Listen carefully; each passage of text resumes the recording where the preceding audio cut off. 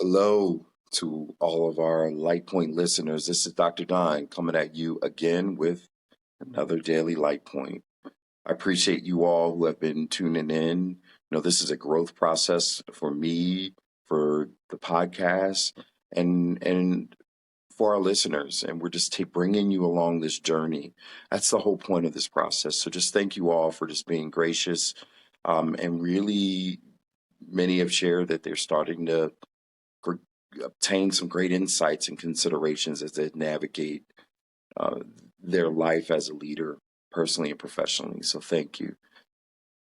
I've been reflecting on conversations and many things over the past few days, and as I think about some recent conversations I've had with um, my clients, the topic of accountability continues to come to the forefront.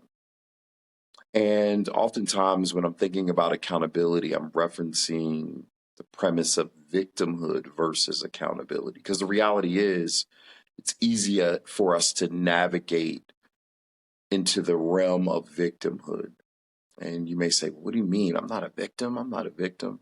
Well, the minute that we believe that things simply just happen to us without any influence or control over our lives, we start to play into this questionable range of victimhood versus accountability mindset, which requires us to acknowledge reality for what it is and then determine what actions I need to take to navigate from where I am to where I want to be.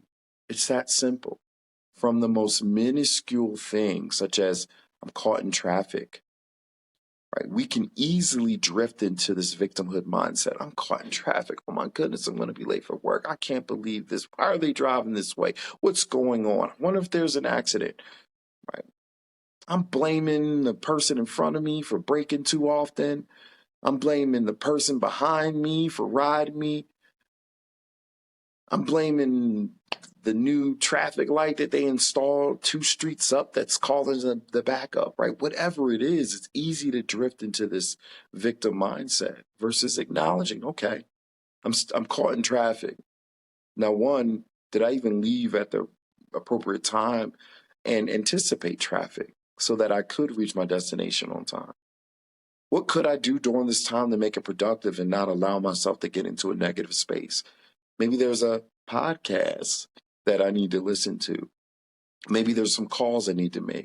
Maybe there's a loved one that I've been putting off calling, but now I'm sitting in this car. This could be a good time to catch up with those who I've been putting off reaching out to.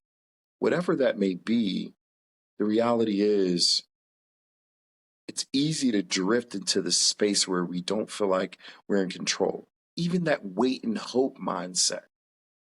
I'll just wait and hope things get better. Guess what? Things happen to you in that scenario versus acknowledging for what it is and doing what you can to advance or progress. That's where you start to gain a sense of accountability for the most challenging things in our lives to the most simple things.